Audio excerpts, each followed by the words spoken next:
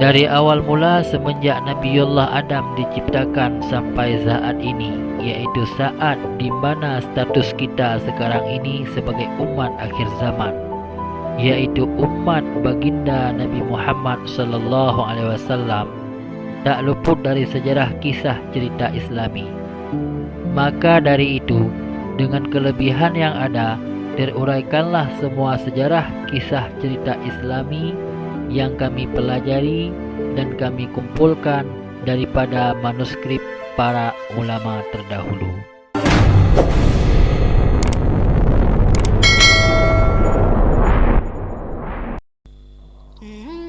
Habib Al-Ajami adalah seseorang yang sangat kaya raya dan suka membanggakan uangnya. Setiap hari dia berkeliling menagih hutang kepada orang-orang. Bila ia tidak memperoleh uang dari orang yang berhutang kepadanya, maka ia akan menuntut uang ganti rugi dengan dalih alas sepatunya yang menjadi kusut karena tergosok di perjalanan. Dengan cara seperti inilah ia menutupi kehidupannya sehari-hari yang penuh dengan keribaan. Pada suatu hari, Habib pergi ke rumah seseorang yang berhutang kepadanya. Namun yang ingin ditemuinya sedang tidak ada di rumah. Maka Habib menagih hutangnya kepada istri orang tersebut. Lalu istri orang yang berhutang kepadanya berkata, "Suamiku sedang tidak berada di rumah dan aku tidak memiliki apapun untuk diberikan kepadamu. Tetapi kami telah menyembelih seekor kambing dan lehernya masih tersisa. Jika engkau mau, maka aku akan memberikan kepadamu." Habib Al-Ajami pun menjawab, "Baiklah." Ia berpikir setidaknya ia bisa mengambil leher kambing itu dan membawanya pulang ke rumah. Ia meneruskan perkataannya kepada istri orang yang berhutang kepadanya, "Masaklah agar aku bisa membawanya pulang."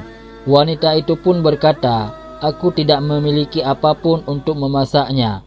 Habib Al-Ajami pun menjawab, "Aku akan membelinya sesuatu yang bisa kamu lakukan untuk membuat leher kambing itu menjadi masak.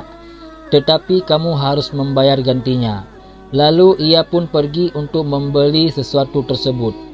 Kemudian si wanita itu segera memasaknya di dalam belanga. Setelah matang dan hendak dituangkan ke dalam mangkuk, seorang pengemis pun datang mengetuk pintu. Dan Habib Al-Ajami pun berkata kepada pengemis itu, "Yang kami miliki kami berikan kepadamu. Sungguh niscaya engkau tidak akan menjadi kaya, tetapi kamilah yang akan menjadi miskin." Si pengemis yang kecewa karena perkataan Habib Al-Ajami memohon kepada si wanita agar ia mau memberikan sedikit makanan kepadanya.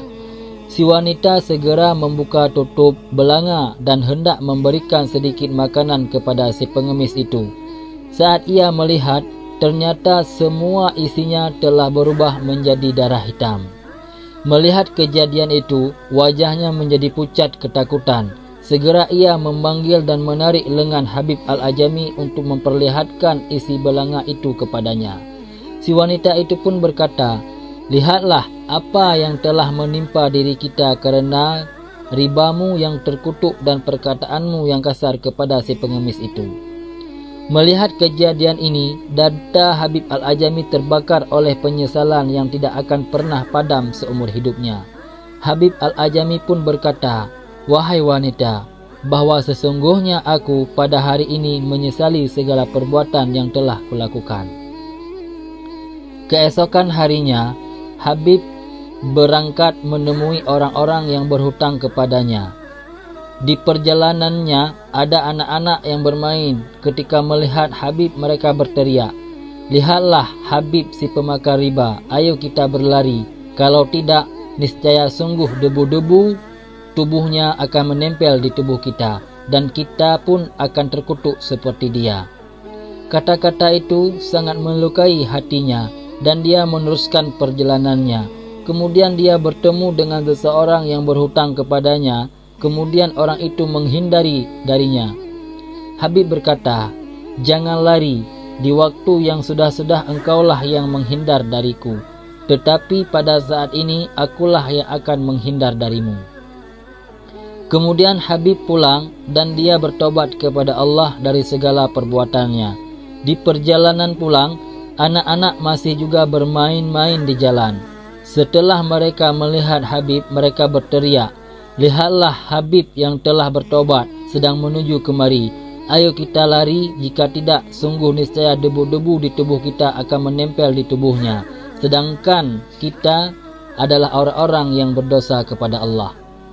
Setelah mendengarkan kata-kata itu, Habib berseru di dalam hatinya, "Ya Allah, wahai pemilikku, baru saja aku membuat perdamaian denganmu, dan engkau telah menabuh genderang di dalam hati manusia untuk diriku, dan engkau telah mengumandangkan namaku dengan keharuman." Sesampainya di rumah, setelah menyadari akan apa semua yang terjadi, Hasan al-Basri datang menemui Habib al-Ajami dan menghiburnya. Tak lama kemudian, Habib al-Ajami membuat sebuah pengumuman, "Kepada siapa saja yang menginginkan harta bendaku, datang dan ambillah." Orang-orang pun datang untuk mengambilnya. Habib memberikan semua harta kekayaannya kepada mereka yang datang. Akhirnya ia tidak memiliki apapun jua. Namun pada saat itu ada seseorang yang datang untuk meminta kepadanya. Ia pun memberikan pakaian yang dikenakannya sehingga tubuhnya terbuka. Kemudian dia pergi menyendiri, mengasingkan diri dari keramaian menuju ke sebuah tempat di pinggir sungai Efrat. Menurut ahli sejarah, sungai Efrat ini melintasi 6 negara, yaitu negara Irak, Suriah, Turki, Arab Saudi, Kuwait, dan Iran. Dan sungai Efrat ini adalah sungai terpanjang dan terpenting dalam sejarah Asia Barat. Di sana Habib al-Ajami membaktikan diri berubudiyah kepada Allah, dan ia siang malam belajar kepada seorang ulama kota Basrah, negara Irak, yaitu Hasan al-Basri. Dan karena sebab itulah dalam sejarah kisah cerita Islami para ulama sufi, Habib al-Ajami adalah murid Hasan al-Basri. Walaupun sudah belajar kepada Hasan al-Basri, ia tetap tidak bisa menghafal Al-Quran, dan karena itulah ia dijuluki Al-Ajami, yang memiliki arti seorang barbar. Dalam artian kata, barbar adalah sikap seseorang yang memiliki perilaku kasar dan tidak memiliki adab. Dan dalam sejarah, kata Al-Ajami ataupun barbar dapat kita artikan ke dalam sebuah nama suku yang mungkin masih ada sampai saat ini, yakni suku Arab kuno bagi penduduk kawasan Afrika Utara sebelah barat negara Mesir. Waktu teruslah berlalu. Habib sudah benar-benar dalam keadaan fakir, akan tetapi istrinya masih tetap menuntut kebutuhan rumah tangga kepadanya. Maka berangkatlah Habib meninggalkan rumahnya menuju tempat yang sudah dijadikannya sebagai tempat menyendirinya dari keramaian untuk berubudiyah kepada Allah. Dan apabila malam sudah tiba, barulah ia pulang ke rumah. Dan saat dia sampai di rumah, istrinya berkata, "Di mana engkau bekerja sehingga tak ada sesuatu pun yang engkau bawa pulang?" Lalu Habib menjawab dengan kebohongan. Didasari dengan berpegang kepada pendapat Abi Bakar Syatta dalam kitab I'anatul Talibin jilid 2 halaman 21, dijelaskan, berbohong karena kemudaratan maka hukumnya dibolehkan dan kita tidak akan berdosa. Berikut jawaban kepada istrinya, "Aku bekerja kepada seseorang yang sangat pemurah. Sedemikian pemurahnya, aku pun malu meminta sesuatu kepadanya. Apabila saatnya nanti, pasti ia akan memberi karena seperti perkataannya sendiri, 10 hari sekali aku akan dibayar upah atas apa yang aku kerjakan." Demikianlah setiap hari Habib pergi ke tempat kesunyiannya hanya untuk beribadah kepada Allah semata. Dan pada salat zuhur di hari yang ke-10, sebuah pikiran mengusik hatinya. Apakah yang akan kubawa pulang malam nanti, dan apakah yang harus aku katakan pada istriku? Lama ia termenung. Dalam perjalanannya menuju rumah, tanpa sepengetahuannya, Allah yang Maha Besar telah mengutuskan para pesuruhnya untuk datang ke rumah Habib.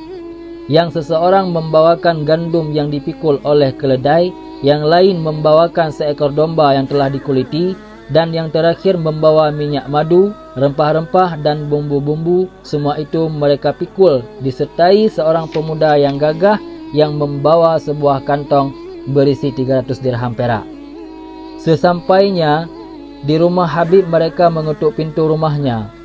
Istri Habib bertanya setelah membukakan pintu, "Apakah maksud kalian datang kemari?" Salah seorang dari mereka, yaitu si pemuda yang gagah itu, menjawab, "Majikan kami telah menyuruh kami untuk mengantarkan barang-barang ini. Sampaikanlah kepada Habib saat ia pulang, bila engkau melipat gandakan pekerjaanmu, kami akan melipat gandakan upahmu." Mereka pun pergi. Setelah matahari terbenam, Habib Al-Ajami pun hampir sampai ke rumah dan ia merasa malu dan sedih. Tiba-tiba tercium olehnya aroma bau roti dan masakan. Dengan berlari, istrinya menyambut Habib Al-Ajami dan menghapus keringatnya dan bersikap lembut kepadanya, sesuatu yang belum pernah dilakukan istrinya kepadanya di waktu yang sudah-sudah. Istrinya pun berkata, "Wahai suamiku, majikanmu adalah seseorang yang sangat baik, pemurah dan juga pengasih. Lihatlah, segala sesuatu yang telah dikirimkannya kemari melalui seseorang pemuda yang gagah." Pemuda itu pun berpesan, "Bila Habib pulang, katakanlah kepadanya, bila engkau melipat gandakan pekerjaanmu, maka kami akan melipat gandakan upahmu."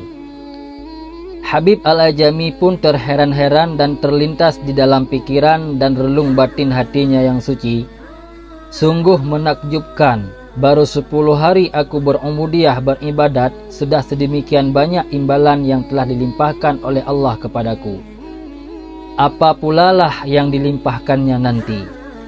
Dan sejak saat itu, Habib memalingkan wajahnya dari segala urusan duniawi dan membaktikan dirinya untuk Allah semata-mata.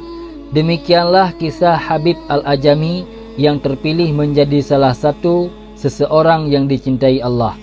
Dan makam keramahan yang didapatkan Habib Al-Ajami ini tidak semua orang akan mendapatkannya. Wallahu a'lam.